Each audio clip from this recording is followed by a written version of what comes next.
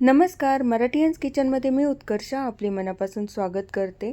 आज मी तुमच्यासाठी घेऊन आले आहे 1 वाटी वाटाण्यापासून सुपर टेस्टी वाटाणा फ्रायची रेसिपी। आणि वाटाणा फ्राय हा इतका टेस्टी होतो की याबरोबर तुम्ही 2 पोळ्या खात असाल तर तुम्ही 4 पोळ्या खाल, इतका छान लागतो। आणि यामध्ये आपण असा एक सिक्रेट पदार्थ आहे जो टाकणार आहोत, त्यामुळे याची चव एकदम भन्नाट लागते। चला तर मग आपल्या आजच्या या सुपर टेस्टी रेसिपीला सुरुवात करूया। आणि हो, तुम्ही जर माझ्या चॅनलवर नवीन असाल तर चॅनलला सबस्क्राइब जरूर करा। इथे मी 1 वाटी वाटाणा घेतलेला आहे आणि हा वाटाणा फ्राय बनवण्यासाठी आपल्याला प्राथमिक जी तयारी करायची असते ती सांगते आहे। 4 ते 5 कांदे बारीक चिरून घेतलेत। 3 टोमॅटोची मी इथे प्युरी तयार करून घेतली आहे। 1 चमचा आलं लसूण पेस्ट आहे आणि बारीक चिरलेली कोथिंबीर आहे। सगळ्यात आधी आपण इथे एका पातेल्यामध्ये 1 ग्लासभर पाणी टाकायचं आहे आणि या पाण्यामध्ये आपल्याला हा वाटाणा उकळवून घ्यायचा आहे।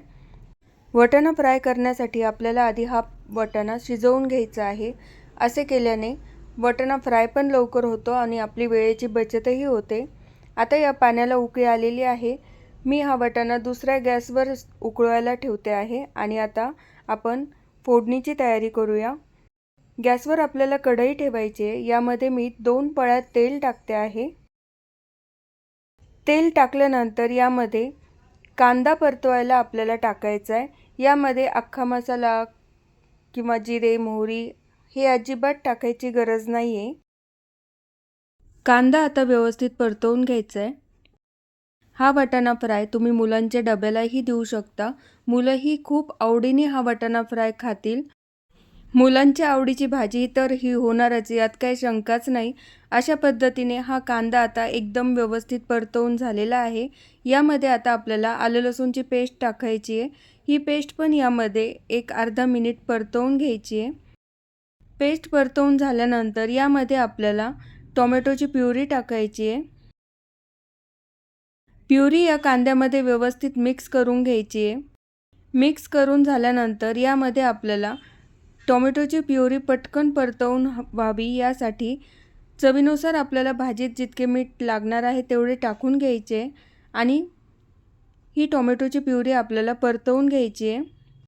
टोमॅटो प्युरी ही व्यवस्थित परतवून झालेली आहे। आता यामध्ये आपल्याला अर्धा चमचा हळद, 1 चमचा धना पावडर, 1.5 चमचा आपल्याला यामध्ये लाल मिरची पावडर टाकायची आहे आणि अर्धा चमचा घरचा काळा मसाला टाकायचा आहे। तुम्ही पाहू शकता इथे मी कोणत्याही बाहेरच्या मसाल्यांचा वापर केलेला नाही आहे, तरीसुद्धा हा वाटाणा फ्राय एकदम सुपर टेस्टी होणार आहे। अशा पद्धतीने तुम्ही एकदा तरी नक्की ट्राय करून पहा। आता हे सगळं व्यवस्थित परतवून झाल्यानंतर यामध्ये आपल्याला उकडवून घेतलेला वाटाणा टाकायचा आहे। तो यामध्ये व्यवस्थित मिक्स करून घ्यायचा आहे। मिक्स करून झाल्यानंतर यावर आपल्याला झाकण ठेवायचं आहे आणि 1-5 मिनिटे आता आपल्याला यावर झाकण ठेवून हा वाटाणा वाफवून घ्यायचा आहे। अजून आपण यामध्ये आपली सिक्रेट वस्तू टाकलेली नाही आहे। वाटाणा वाफवून घेतल्यानंतर ती टाकायची आहे। तुम्ही पाहू शकता आता वाटाणा मस्तपैकी वाफवून झालेला आहे।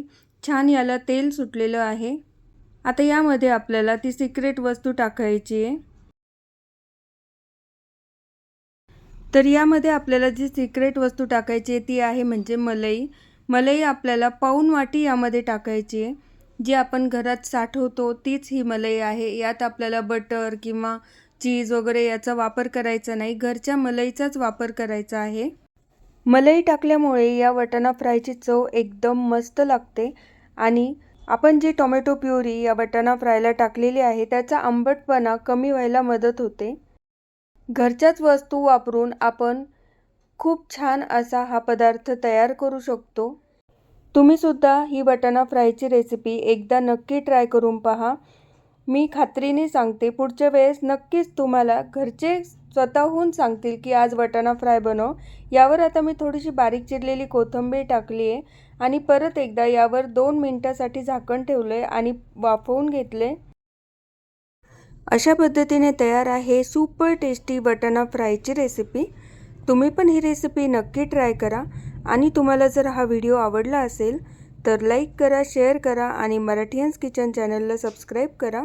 आणि तुम्ही जर ही रेसिपी घरी ट्राय केली तर मला कमेंटमध्ये जरूर सांगा रेसिपी कशी झाली आहे ते. तर मग चला भेटूया अशाच नवनवीन रेसिपींसोबत.